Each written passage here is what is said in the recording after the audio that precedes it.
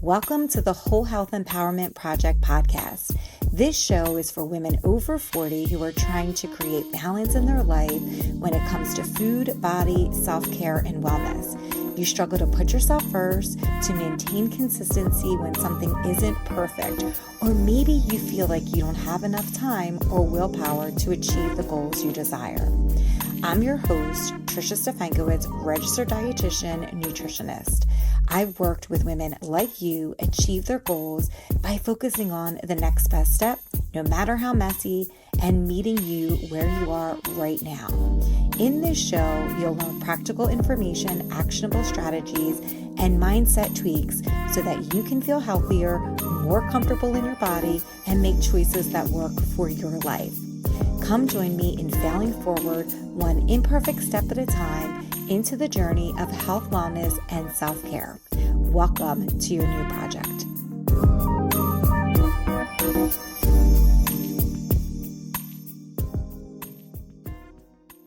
Hey ladies, welcome back to the show. On our episode today, we are going to do a follow-up from our episode last week, in which we are talking about the different chemicals, in particular today, the microplastics that are found in our food, which more recently has been found in our blood, and that essentially is probably impacting or having some health consequences that haven't been very well studied. It's an issue that is worldwide, it's not just US-wide. And so we're going to talk about what the most recent data talks about in a way to get to a point that you can figure out. First, kind of know what that risk is out there to you. And then second, trying to figure out if there's any changes that you feel like you want to make in order to minimize your risk of having additional microplastics in your body. One of those things about food and nutrition is that we talk a lot in here about ways to minimize your risk of disease. We follow evidence-based research, but with the different plastics and the plastic industry and the sheer amount of products that use plastic and the different chemicals that are then in that plastic, that information isn't very well studied. So what we present here today, or what we talk about today, some of it's evidence-based, some of it's theory, but it's the best with what we have right now. And just understanding that it's probably been not until more recently that some of that, the health consequences related to some of these microplastics have been come about. And so most of the literature, or a lot of the literature, started on animals. And so now in terms of human research, we are catching up. And so knowing that every day there's going to be more and more studies that come out about these microplastics and about these different chemicals that are in our food supply. So I think it's important to have a conversation about it, as it is contributing to your overall health, probably in some way that you probably don't even know, because there's no research to really show you what that looks like for most people or in humans. Before we start this episode, I want to remind you that there are 2 freebies, either in the show notes or on Instagram at Whole Health Empower. They are 5 things that you should be doing if you're over the age of 40. And another one, a more recent one, is about body love. I think I uploaded them last week and I'm not sure that they were working. So I re-uploaded them just to kind of, so that you guys have access to them. And I apologize for not working last week.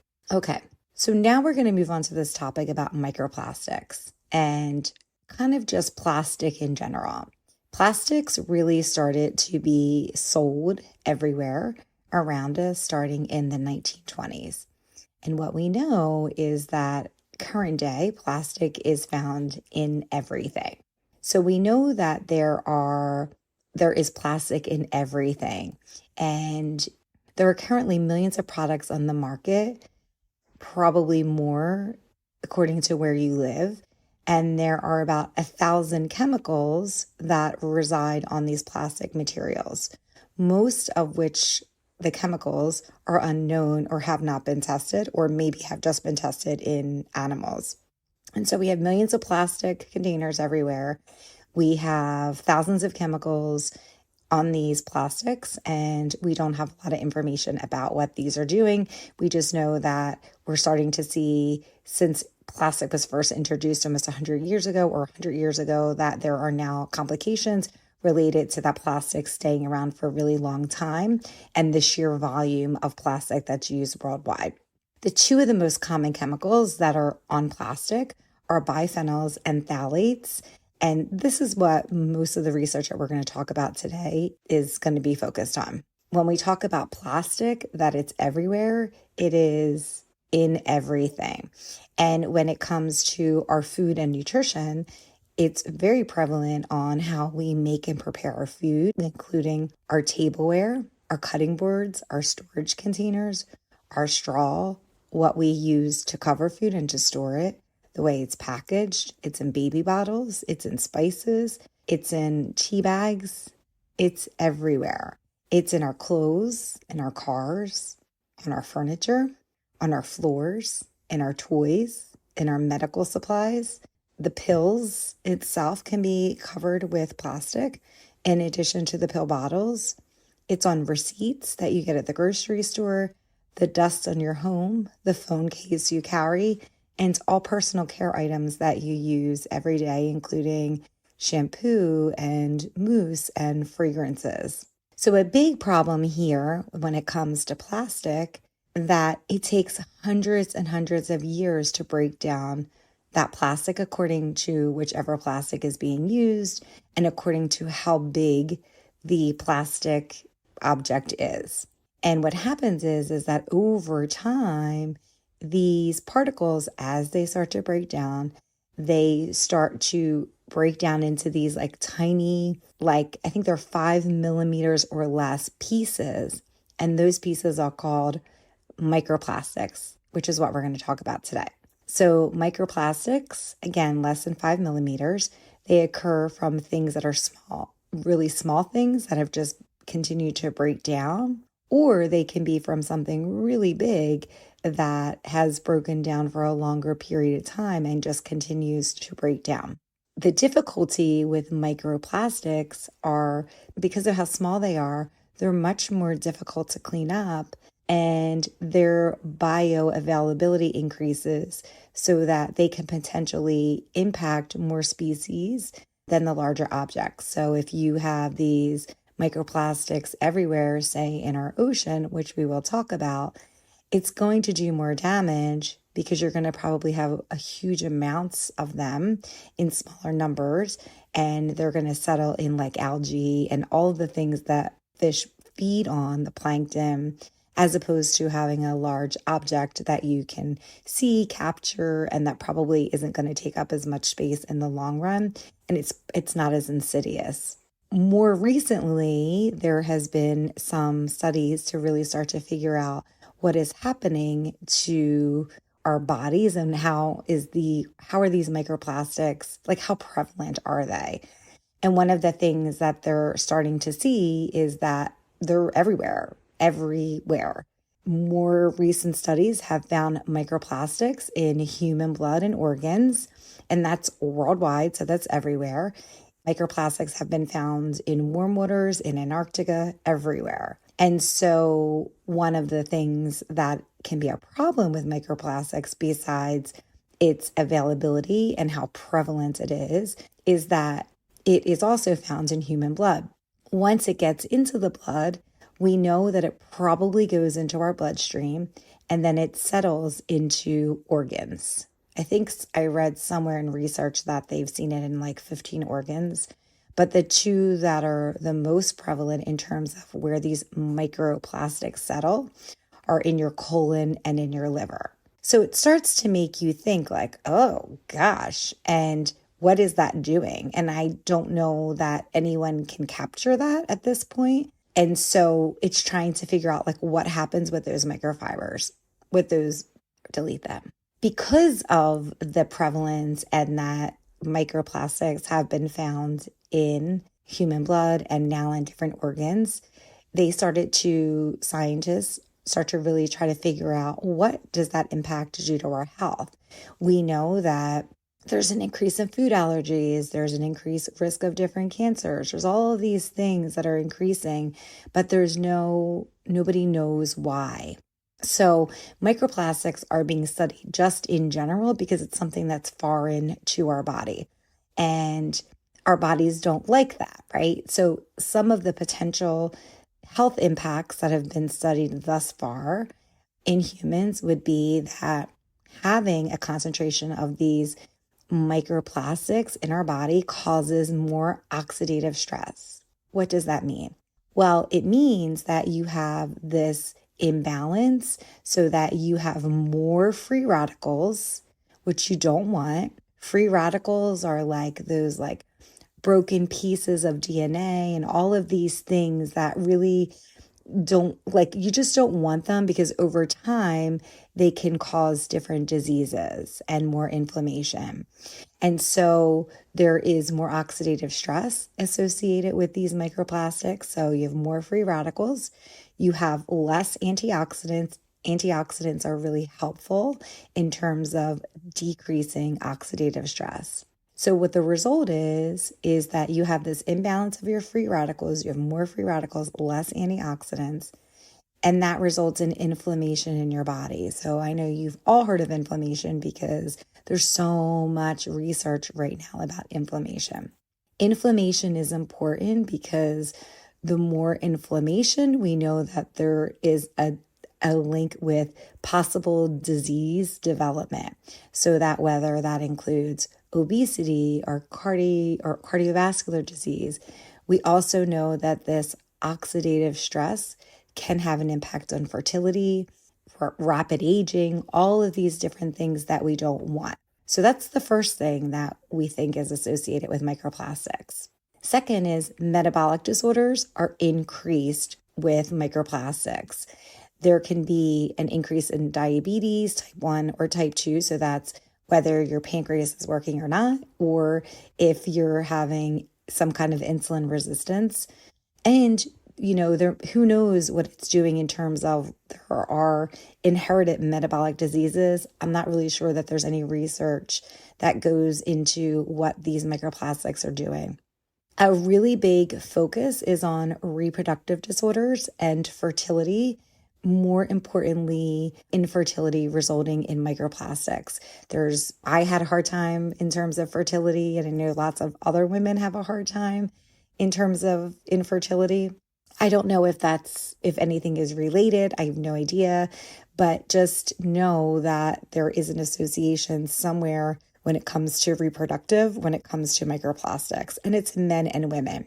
So it's not just for one sex, it's for both. One of the probably more problematic areas with these microplastics are when it comes to pregnant women and infants. Infants in particular are very susceptible because they are, they're growing. And so the concern here is that the microplastics are able to get to the infant through the placenta. They also think that there's some crossing of the blood-brain barrier. And so over time, kids may have more brain developmental delays. They may be premature. We don't really know. They just know that they're able to get into the placenta through the pregnant mom into the infant. And then also if you breastfeed, which has always been recommended, right? You can also get microplastics from the mom through breastfeeding, but that also, there's just really no safe option. There's not a lot you can really do. And I think that's the part of it that can be really tricky. In terms of products, you're going to have microplastics in a lot of baby products. It's going to be in toys. And so basically what the recommendation here is with babies is to know that you're going to have microplastics or plastic in general in bottles and teethers and bath toys, and making sure that you are trying to pick items that are phthalate and BPA free, and that you're using products that have the recyclable code on the bottom of 1, 2, 4, or 5, which they think are safer. And then lastly, some of the other associations with having microplastics in our blood is some kind of neurotoxic damage. So there could be potential for brain damage and just damages to your nervous system. And why they think this is that they have found in fish and animal life that there are changes and abnormal behavior that's been associated with them as they have microplastics in the ocean and they have more exposure. So we don't really know. Again, I mean, I think that you'll hear in the news all the time about an increased risk of something. It changes all the time. And so I think it's important to kind of look at what our food does and know that there might be some other things that you can do besides choosing what food to eat and figuring out what diet, in quotes, you want to be on, that there may be other things that are impacting your health in a way that perhaps we're not really aware of yet. So what do we know right now about these microplastics is that they are everywhere and that it impacts our health. But we don't know to what degree. And I suspect as they do more and more research, they're going to start to find more and more. It's not even just research, it's researching humans, it's researching different chemicals because there are so many of them that we haven't researched. So I think it's important that we first start to think about how we get microplastics into us. So we know it's in our blood, we know it's everywhere. First, how is that coming to us? Kind of talking us through that. And then at the end, we're going to talk about some ways that you can start to minimize your use of microplastics if you feel like it's important to you. Well, first of all, we're going to start talking about the environment. We know from research that there is 260 million tons of plastic worldwide that we throw away on a yearly basis. So it's worldwide. Only 12% of that plastic gets recycled. And so the rest then goes to landfills and oceans.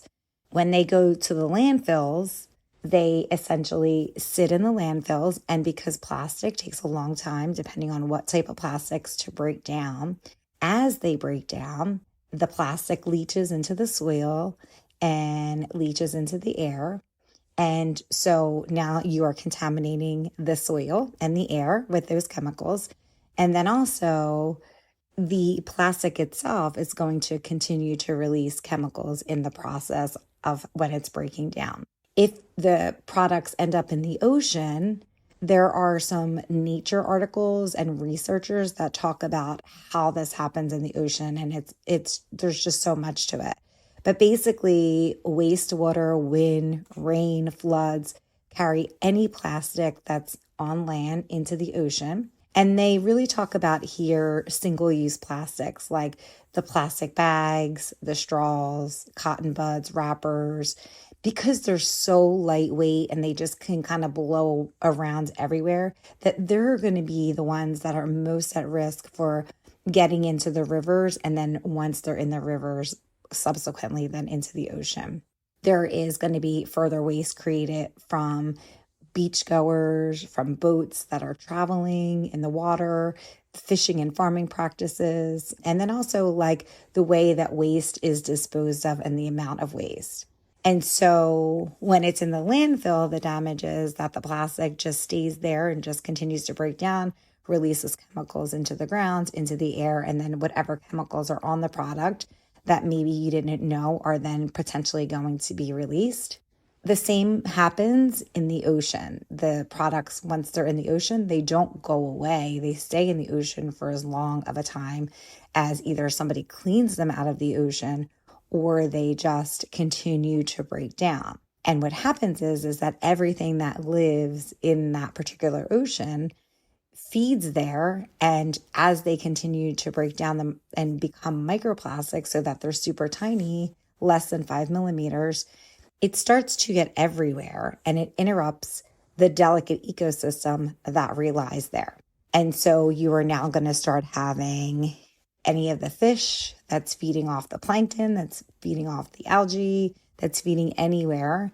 As they're doing that, wherever these microplastics have settled, then you're going to be having any of the animals that live in the ocean then will consume those in different degrees. And it really depends on how long the animal is living in the ocean, where they are, if it's a really contaminated area. I mean, there's just so many variables. So what happens is, if we're back on land now, that if we are planting near these, where these plastics have resided, that essentially the plants can drink up the soil. And when the cows or any animals come and feed on that soil or on those particular plants, they ingest the plastics. And so it can be used for, in general, the microplastics can be used for mulching on the fields. It's in the feed of the animals, so you can get it by the ingestion of the animal feed. The microplastics have settled then into the animals. When you consume the animals, you then consume the microplastics. The same thing happens then when you're back in the ocean, that if you are consuming any of the fish that or any of the animals that are in the ocean, you consume them depending on where they resided, how long a length of a time they've been in the ocean. You then, as you consume it, will then also consume those microplastics or from the whatever was in the ocean. Now you may think, oh gosh, I'm a vegan. I don't eat any of those things, so I should be fine. Well, that's actually not the case at all. That we know that even plant-based food is not safe from microplastic contaminations, because lots of the protein and the protein alternatives that vegans use also have microplastics, in addition to fruits and veggies and everything else. So it doesn't matter if you're eating animal products, if you're eating just animals from the ocean, or whether you are vegan. Everybody is getting exposed to microplastics, which is why it's in probably most of our blood. Now, as the food then continues to get processed in order for us to be able to consume it, the processing plants also, everything has plastic there. And so you're continue to be at risk for this increased risk of plastic exposure. So it is going to be in the tubing, in the machines. It's going to be on the conveyor belts. There is going to be metal cans. So if you're packaging things in metal cans, that it kind of gets into the cans. If you are at a place where they are heating or pasteurizing or doing anything to kill any of the bacteria that could be on any of those products, just by doing that heating process, it can also release some of the chemicals and therefore some of the plastics that are on those particular food items, and it releases that into the atmosphere. There also is a theory that because people wear gloves in the facility, the latex gloves and things, that perhaps that is also contributing to the plastics in the processing system. It's also important to know that the newer studies suggest that plastic can pass through the blood-brain barrier in mice as quickly as 2 hours after consumption, and that research found that it potentially exposes all of us to carcinogens. The long-term impacts on our health related to these microplastics are not fully understood. And so it's really hard to isolate ourselves from consuming them. And there are lots of different nonprofit organizations and for-profit organizations that are studying this. And so what we're going to talk about now is trying to figure out how in our own life we can start to minimize the risk of having these microplastics around us. All right, so let's talk about how you can start to reduce your overall exposure to the chemicals that are found in plastics. And again, we're really talking here about the bisphenols and the phthalates. So let's talk about now how you can start to minimize your risk. The first thing is avoiding plastic food containers. So most food, especially if you're buying out fast food, is going to come in plastic food containers.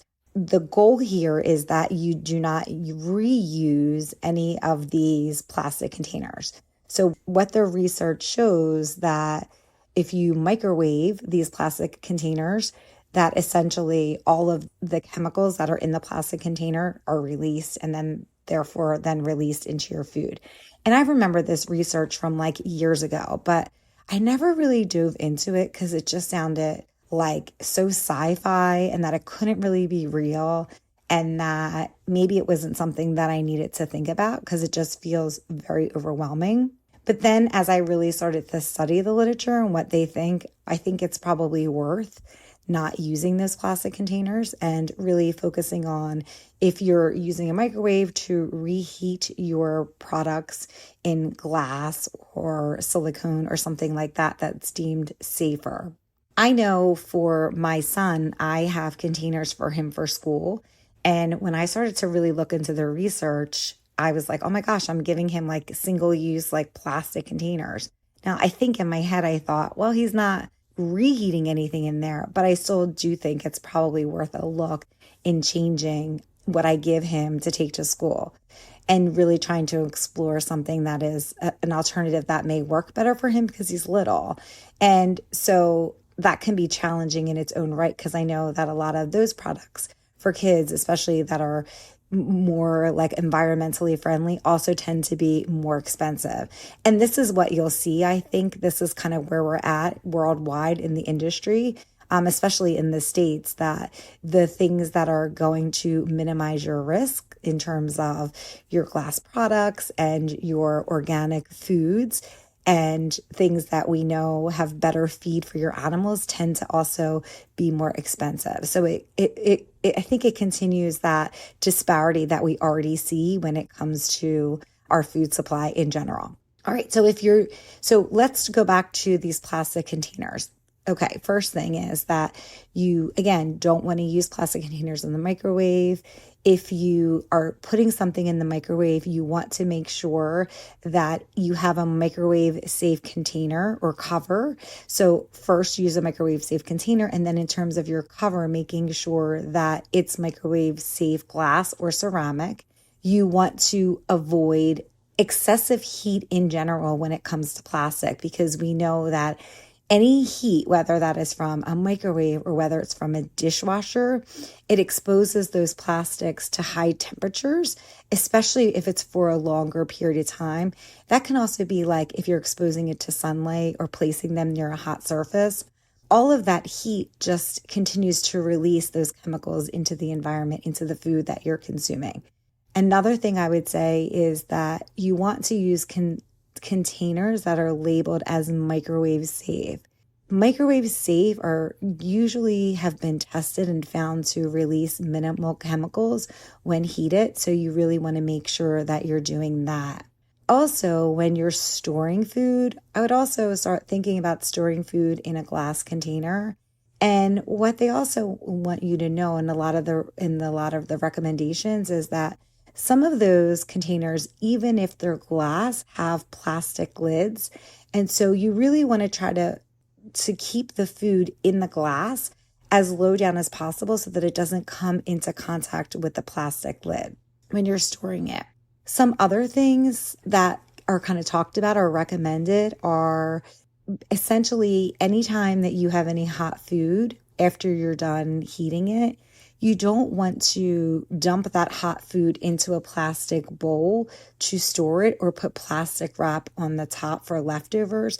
Essentially, you want any of that hot food to cool down or just to put any of that food in general into silicone or glass containers to minimize your risk. And then if you needed to wrap your leftovers, thinking about ways to do that is safe, whether that is with beeswax or some kind of other lid that is considered microwave safe or that's considered just to be safe in general.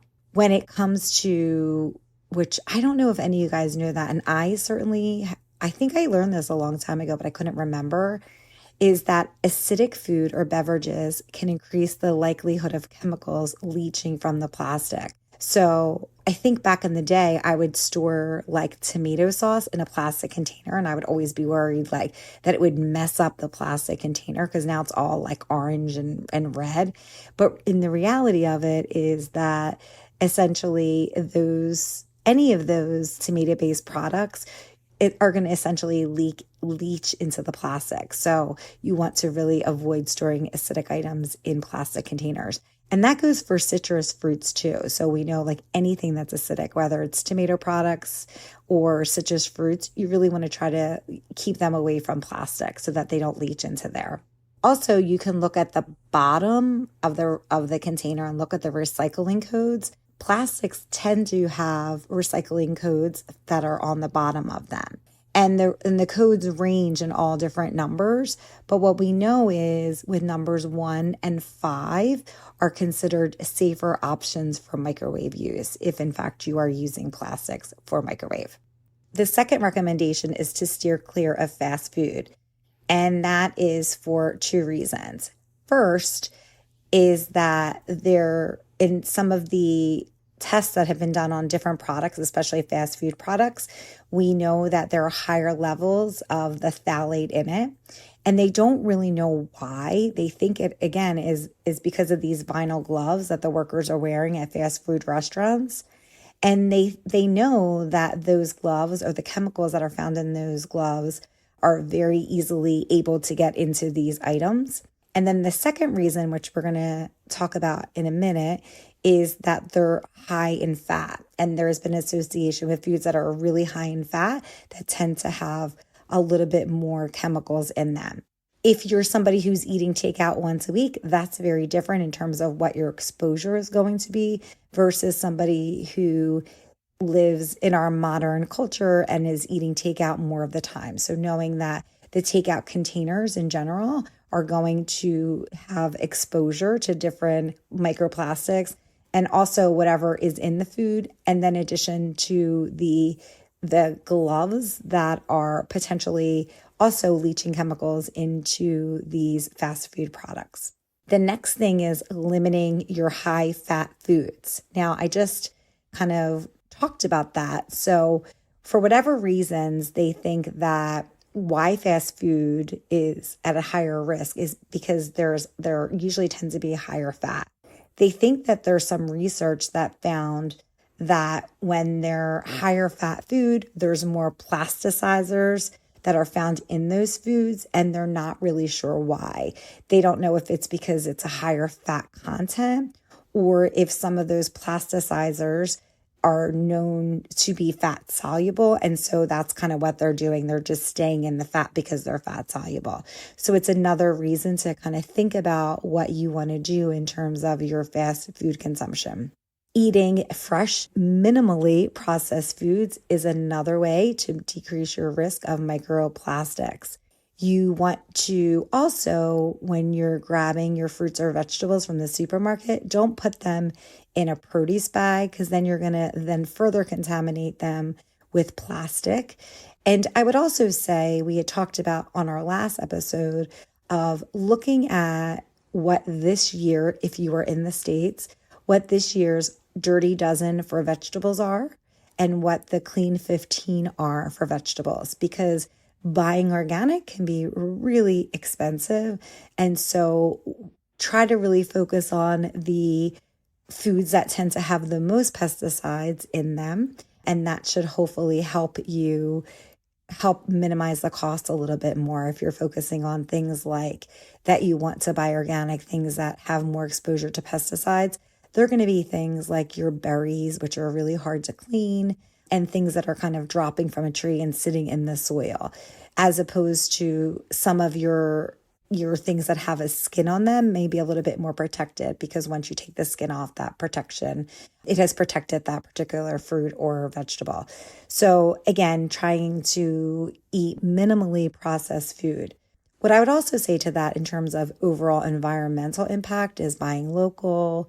That's going to help in terms of decreasing pollution and waste, because as you start to hear and as we get through this episode, you're going to see that they're kind of one and the same, right? So the more pollution there is, there's more environmental impact from that, but then it's also affecting our food supply as well. So kind of taking that into consideration, buying local, buying things that have the least amount of pesticides on them. In terms of what is in your kitchen, besides your plastic containers. Also taking a look at some of your supplies that you use and the tools that you use in the kitchen. I would first look at your cutting board. Are you chopping and using plastic cutting boards? Because in doing that, as you're using the cutting board that's plastic, you're going to be able to generate more and more microplastics. So one of the things that I'm trying to figure out is switching to a wood or silicone cutting board instead. And hopefully that should help decrease your risk of microplastics. Another one would be in terms of water bottles. I know that a lot of people now have switched over to glass or steel. And so to continue that, avoid plastic bottles and cups, which are often made with bisphenols, and then carry around your own stainless steel straws and saying no to plastic straws. It'll also help decrease the amount of trash that you're generating, so it will help with that too. But I think most people have done a pretty good job, at least here locally. I see more people carrying their water bottles that are usually made of steel. In terms of when you're buying food, bringing your own bags, I know that varies according to location and where you're coming from. I know some places have had plastic bag bans for a really long time, other places not so much. So bringing your own bags will also help minimize your risk of having more and more plastic exposure. In terms of other things when you're buying your food, so some of the recommendations are instead of using things that are single use, which sometimes that's going to be really hard to do. Like I think of the things that I buy and so much of it is single use. But for me, I can probably, with my condiments, especially is what I'm thinking, there's a lot of condiments that I get that are squeeze. I'm thinking of jelly or mayonnaise or something like that, or even mustard or ketchup, and trying to see which one of those you can switch to a glass jar or just some kind of other product that's not going to have that plastic in it. Now, when it comes to your home, some of the things that you can do to minimize your microplastic risk is going fragrance free. So we know that there are lots of microplastics in your shampoo and in the cosmetics. There usually tends to be these beads, and these beads then can form microplastics. So it's really trying to go fragrance free, or with any of the personal items that you use, making sure that it's phthalate free should hopefully also help you decrease your risk of microplastic ingestion. Also, when you're looking at the recycling code on the bottom of these products, your personal products, you want to keep these personal care products and know that the numbers 1, 2, 4, and 5 tend to be safer. They're the same numbers that are also recommended for baby bottles. Another recommendation for your home is to try to really make sure you keep your home clean, vacuum. When you are able to ventilate your home, it's really important to keep the windows open when you can, vacuum when you can.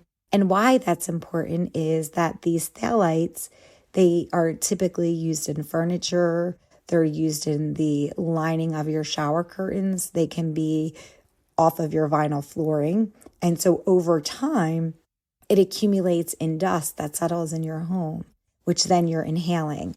And so ventilation becomes really important. So keeping your atmosphere clean, vacuuming, opening your windows, that should hopefully help with the ventilation. Another is to refuse any paper receipts. So the recommendation is to go for digital confirmation or receipts instead. There is research that shows that those like glossy receipts are often coated in these chemicals that we are trying to avoid. And then another recommendation is to limit your use of vinyl. And vinyl, again, is everywhere. It's in everything that you're doing every day. So just kind of looking at what the key ingredients are of things that you're choosing. It can be advertised as vegan leather, but essentially it's going to be in your clothes, it's going to be in your car interiors, the flooring, your shower curtains. So just for you to kind of think about in the back of your head, like, oh, is that vinyl? And what does that do in the long term in terms of these microplastics? So now we've kind of talked about how we can reduce your environment so that you can decrease your risk of microplastics. But it's also important to know that there's other things that we can do on an everyday basis that can help to protect our food supply. And if we're able to kind of minimize and protect our food supply, then hopefully in the bigger picture, that also then protects us. So in terms of some suggestions, these are from the United Nations Environmental Program. They estimate that the ecological catastrophe of all of this environmental impact is about $13 billion annually, and that we can do these things every day in our everyday habits that can really help the environment and that can therefore impact as each of us. And so some of their recommendations are, some of it's going to kind of be the same: avoid single-use plastics such as straws, plates, disposable cutlery, and those plastic bags. If you go shopping, remember to take your shopping bag. Buy more food in bulk because you're going to have fewer packaged products. Replace all of your plastic Tupperware with glass or stainless steel containers. When you are hanging your wash outside, use the wooden pegs instead of the plastic ones. Avoid using any cosmetics with microplastics. And I don't know how you would really do that. I think you would just have to figure out which ones are phthalate free and really start to think about in terms of your clothing. Just know that there are going to be some chemicals in the different plastic that is where your clothes may come from, and as well as on your actual clothes. And then choose to recycle and use some of the things that you're using. Don't just throw it out and use it one time. Think about the bigger picture and how you can get more and more use out of that. And then I think the biggest thing is to start to work with your community and knowing that this is a huge issue and it's not just a one part of the world issue, it's worldwide. And knowing that, you're going to be able to do things that you can to protect yourself, but there's still a lot out there that needs to be done. And there's probably some legislation, if anything, that is going to need to be done to really make this something that has longer lasting benefits and reach for all of us. And so kind of trying to figure out where you can start to minimize that and what you can participate in at a community level that can really make a difference in the bigger picture. So they talk about that there are these groups out there called zero waste groups. And then there's people out there that compost their garbage. And there's different people that shop locally, or maybe shopping locally just doesn't have to be with your fruits and vegetables. It can just be shopping with your small business in your community so that you can minimize the packaging and the shipping that would cause more environmental harm. And then they started talking about that there are groups out there called Upstream, and there's these nonprofit groups that essentially are trying to reduce takeout packaging for restaurants. And so really just emphasizing that there's probably more legislation that needs to be done when it comes to limiting single-use plastics, and just kind of trying to figure out if there's any way that you believe that you want to get involved in that. Because again, I think in order to change this, it's going to have to be things that are up at that legislative level, and that's going to have to happen all over the world in order to really start to improve these. And I think that as they do more and more research and more of the health complications that are seen with these products and these microplastics, I think that is probably going to raise awareness, and then hopefully there can be some changes at a higher level. So right now, though, the focus is on what we can do, but I think over the long term, the goal here is that we can reach it at such a level that we can have a big impact, that we can improve our own health and then also the health of the environment. So as we start to end this episode, just to remind you that this is about what you think works for your life. And by having the knowledge and awareness about the issue and how prevalent these microplastics are. And so the goal here is to educate others, so that you can make choices that you believe work for your life. And there's no right or wrong. And certainly, I mean, there is a cost here to doing this. I mean, I'm a single mom. I get it. So it's trying to figure out what is most important to you based on your values, based on your income, and what you feel like that you're able to do at this particular time. Because the goal here is for a cleaner, healthier future for generations to come, for my kids, for your kids, for our grandchildren. In the end, knowing what you can do today to minimize your risk of microplastic pollution, and also knowing that it's going to require a collective effort and commitment by all of us working together to address this challenge that has become a global challenge so that we can improve our health worldwide, so that we can improve the health of the environment, and we can start to pave the way for a world that is less plastic and much more sustainable for all of our generations to come. So I appreciate you guys listening today. Don't forget to go over and grab the freebies. And if you guys have any questions about this, or if you want me to dig into some more things, or just if you want to just kind of reach out to me in terms of this topic, you can find me at Whole Health and Power on Instagram. That's where you'll find your freebies. And then once you get a freebie, you can get on my email list and I can kind of, communicate with you. Or you can just send me a DM over at Instagram or Facebook. I'm on both of those. So I thank you guys for listening, and I will see you guys back here next week.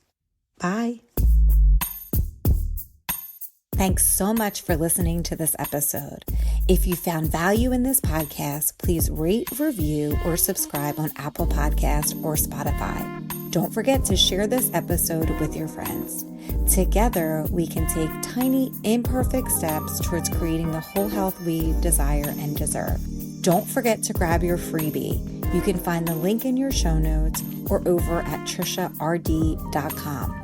I'll see you back here next week.